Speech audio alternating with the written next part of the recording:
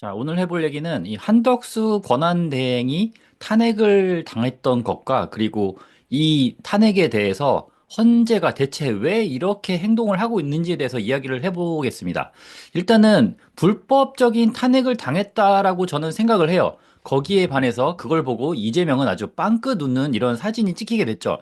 이게 왜 이렇게 이야기를 하냐면 2024년 12월 27일 우원식 국회의장이 151석을 기준으로 한덕수 권한대행을 탄핵하겠다라고 가결을 시켰단 말이에요. 그런데 이것은 헌법을 아주 대놓고 무시한 처사입니다. 이게 왜 그러냐면은 헌법에 이렇게 써 있어요. 이게 헌법은 아니고 헌법에 대한 해설서인데 권한대행자가 탄핵 대상자인 경우에는 어떻게 하느냐라는 문구가 있고 거기에 대해서 권한대행자의 탄핵소추 발의 및 의결의 정족수는 대행되는 공직자의 그것을 기준으로 한다라고 명확하게 명시가 돼 있어요. 그러니까 권한대행자를 탄핵하려고 한다면 대행되는 공직자의 기준으로 해야 한다. 즉, 한덕수 권한대행은 대통령의 권한대행이기 때문에 대통령에 준하는 기준으로 해야 하고 대통령에 준한다면 200표 이상을 받아야 탄핵을 당하게 되는 건데 이 우원식 같은 경우에는 150표가 넘으면 된다. 그렇기 때문에 한덕수 국무총리, 한덕수 대통령 권한 대행은 탄핵이 되었다라고 선포를 해버린 거죠. 그런데 여기에 대해서 이 간단하잖아. 이거 한글을 읽을 수 있는 누구라도 저 문구를 보고 나면 한덕수 권한 대행은 200표 이상, 즉 대통령에 준하는 기준으로 탄핵을 당하게 해야 되는 건데 지금 한덕수 권한대행은 그렇지 않았기 때문에 이것은 탄핵 자체가 무효다라고 생각을 할 거예요. 그런데 헌재는 지금 어떻게 하고 있느냐?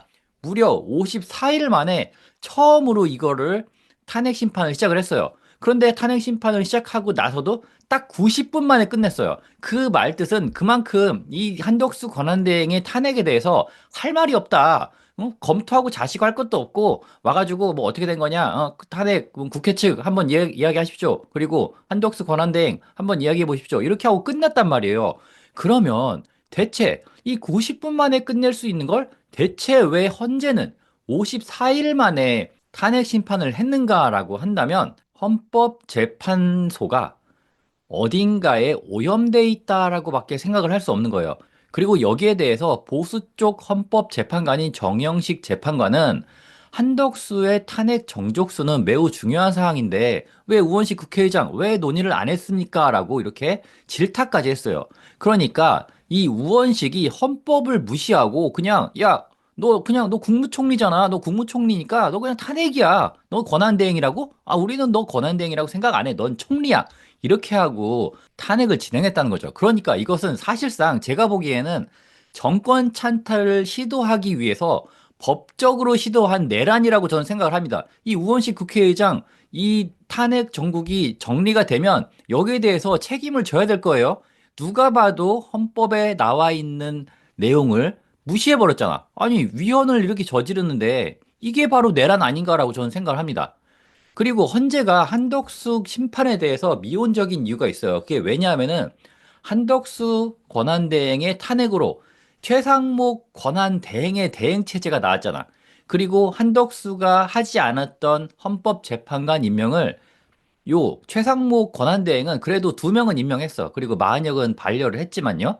근데 여기에 대해서 한덕수의 탄핵이 각하, 그러니까 이것은 애초부터 성립되지 않는다라고 한다면 이 최상목의 행위는 판단의 대상이 안 된단 말이에요. 그러니까 지금 민주당과 국회 쪽에서는 어떤 주장을 펼치고 있냐면은 야, 최상목, 너 헌법재판관 3명 임명하라고 우리가 올렸는데 왜 2명만 한 거야? 마은혁은 왜 안 해? 마은혁도 해야 된다라고 헌법재판소에다가 권한쟁의 심판을 걸으려고 했는데 만약에 이 한덕수 권한대행의 탄핵이 아예 각하 사유가 있다라고 한다면 이 최상목이 한 행위에 대해서는 검토하고 자시고도 없어. 그냥 최상목이 했던 일은 그냥 권한이 없는 사람이 한 거야. 근데 물론 이미 2명의 재판관이 임명이 돼서 업무를 보고 있기 때문에 거기에 대해서 뭐 이거를 롤백하거나 하지는 않겠지만 마은혁을 임명했다 안 했다에 대해서는 애초에 따지고 자시고 할 게 없다는 말이에요. 그러니까 한덕수가 복귀를 먼저 하게 된다면 이 최상목이 마은혁을 임명하지 않은 거에 대해서 민주당이 왈가왈부할 게 없다는 거야. 그러니까 민주당과 헌법재판소 내에 우리법 연구의 헌법재판관들은 이 한덕수에 대해서는 판단을 최대한 미루고 미루다가 먼저 마은혁에 대해서 권한쟁의 심판을 하려고 하다가 반대 여론 때문에 권한쟁의 심판 2시간 전에 이거 조금 더 검토를 하고 하겠다라고 밀었죠. 이게 국민들의 힘이 아니었다면 이 우리법 연구회가 권한을 장악해버린 이 헌법재판소에서 마은혁을 강행 처리해서 임명을 하는 그런 불상사가 일어났을 겁니다. 하지만 한덕수 총리에 대한 탄핵이 마무리가 된다면 이 권한쟁의 자체가 성립하지 않기 때문에 마은혁은 아마 임명이 되는 일은 없을 거라고 저는 생각을 해요.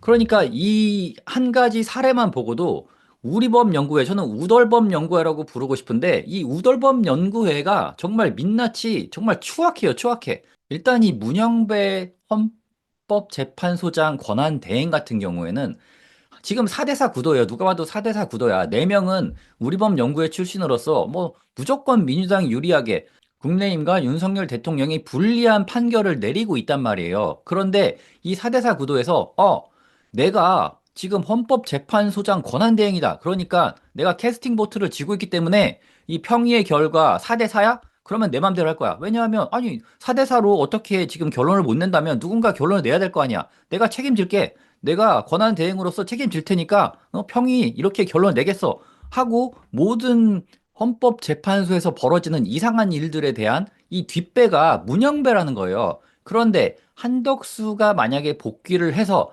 마은혁을 임명하지 않는다면 이 문영배의 힘이 조금은 빠지겠죠. 계속 4대4 구도에서 나머지 4명이 아니 그래도 지금 이렇게 국민적인 비판 여론이 일어나고 있는데 헌법재판소가 그런 헌법도 무시하고 여러 가지 법들을 무시하면서까지 이렇게 강행을 해야 되는 이유가 있습니까? 라고 얘기를 했을 때 문영배도 이제 더 이상 할 말이 없는 거죠. 그러니까 이 헌법재판소 내에 우리법 연구의 이 사람들은 어떻게든 시간을 끌어서 마은혁을 우선 임명해서 우리 쪽으로 끌어들인 다음에 그 뒤에 뭐가 됐든 하게 하려고 했으나 지금 내부 반발도 꽤 세고 그리고 여론이 굉장히 비판 여론이 굉장하기 때문에 이거 멈춘 상태예요. 그리고 결국에는 한덕수 권한대행의 탄핵 사유도 뭐 사실상 각하 사유인데 어떻게든 지금 시간을 끌고 있죠. 바로 그냥 각하. 이거는 아예 판단할 가치도 없다. 왜냐하면 헌법재판소법에 나와 있으니까 그대로 따르면 된다. 200명 이상이 되어야 탄핵인데 너네는 지금 150명 갖고 탄핵안을 올렸기 때문에 이것은 우리가 검토할 필요도 없다. 그만하시고 빨리 한덕수 권한대행은 자리로 복귀하십시오. 이렇게 해야 되는데 이제서 90분 동안 간단하게 한번 재판을 진행하고 선고기일을 나중에 잡는다고 하죠. 평일을 거쳐서 또 선고기일을 잡는다고 해요. 제가 보기에는 저 뒤에다가 또 잡아놓을 것 같아. 뭐 어떻게 보면은 윤석열 대통령의 탄핵 심판 결과보다 더 늦을 수도 있어요. 그러니까 지금 이 상황에서 헌법을 무시하는 헌법재판소의 재판관에 대한 탄핵이 필요합니다. 그리고 이 헌법재판소의 우리법 연구회 출신 재판관의 탄핵과 더불어서 여기에 있어서 여러 가지 말도 안 되는 월권과 위법을 저지른 우원식 민주당 국회의원들에 대해서 책임을 물어야 할 거라고 저는 생각을 합니다.